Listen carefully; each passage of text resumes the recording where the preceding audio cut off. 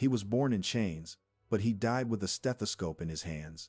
Candlelight flickered across shackled wrists, sweat glistening on dirt-streaked skin, while the distant sound of a heartbeat echoed faintly, only to be replaced by the steady beeping of a hospital monitor. The paradox was unspeakable. A man once denied the right to read, forbidden even to dream beyond the cotton fields, became the one everyone turned to when death came knocking. How could a boy, sold as property, rise to heal 1,000 lives? This is the story they never told of the enslaved boy who defied fate itself.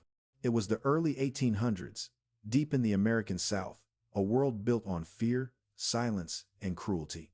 Sun rose over endless rows of cotton, whipping men and women into exhaustion, and at night, a faint candle glowed where one boy dared to learn. Every night was a lesson in risk, a stolen glimpse at anatomy, the memorization of medical terms whispered by a plantation doctor who assumed his assistant was only a pair of hands.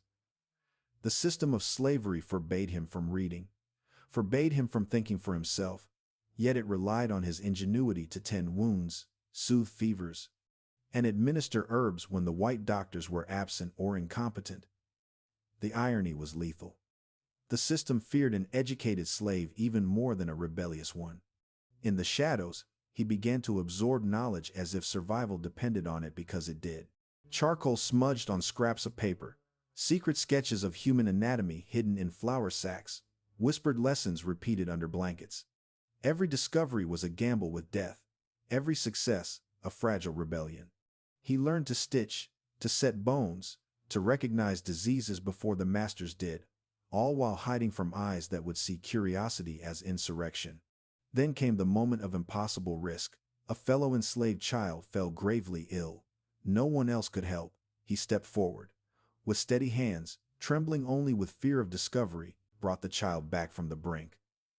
Word spread across the fields, and whispers reached even the ears of the master. What had once been invisible talent became a dangerous knowledge. When a member of the white household fell critically ill, the boy still, a boy by law, still property by decree, performed a miracle. Panic gripped the mansion, disbelief painted the faces of the household, yet life returned to the patient. For the first time, they saw him not merely as labor, but as a mind capable of mastery. Yet ownership still shadowed recognition. He was indispensable, and the paradox burned. The more lives he saved, the greater the threat he became to the fragile hierarchy around him. Permission to assist, partial freedom, secret wages, small mercies that hinted at something beyond chains were all he could claim. Every lesson, every saved life, every stolen moment of study built toward liberation. Manumission arrived either through legal decree or quiet mercy.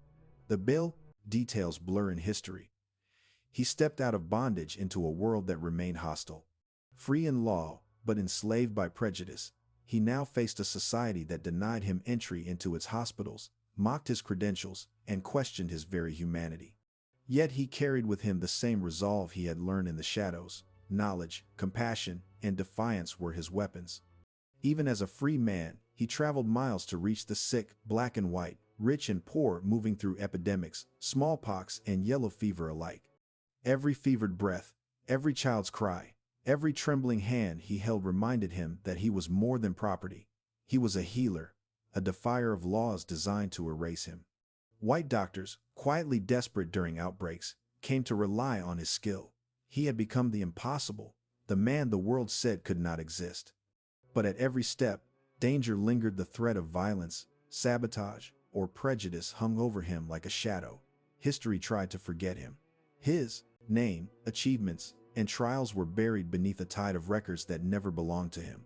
Some letters survived, some journal scraps, faint oral histories whispered through generations. Modern historians now piece together the fragments, each one a revelation of brilliance erased by a system that feared it. The irony is cruel. The lives he saved endured, but the man himself was nearly invisible in the annals of medicine. And yet, his legacy breathes through every life touched, every life saved, every story passed down of a healer born in bondage. His story illuminates the countless others: unknown doctors, inventors, scholars, dreamers whose potential was stolen by chains, by laws, by fear. Each discovery he made, each life he restored, became a quiet act of rebellion, proof that compassion could defy oppression. Consider the epidemics he faced. Plantations and towns alike watched as disease swept through communities, ignoring skin, wealth, or status. And he moved, silently, tirelessly, from one bedside to another, breaking the invisible laws that said he was less than human. He cured not just bodies, but the notion of possibility itself. And yet, gratitude was uneven. Some thanked him with whispered praise, others with suspicion or envy. Each life he saved was a small victory against the institution that had once claimed him as property. He became a living contradiction, born a slave, yet master of life itself, denied education, yet a source of knowledge, invisible to society, yet indispensable to it. The system tried to contain him, to erase his story, yet every life he touched carried his legacy forward.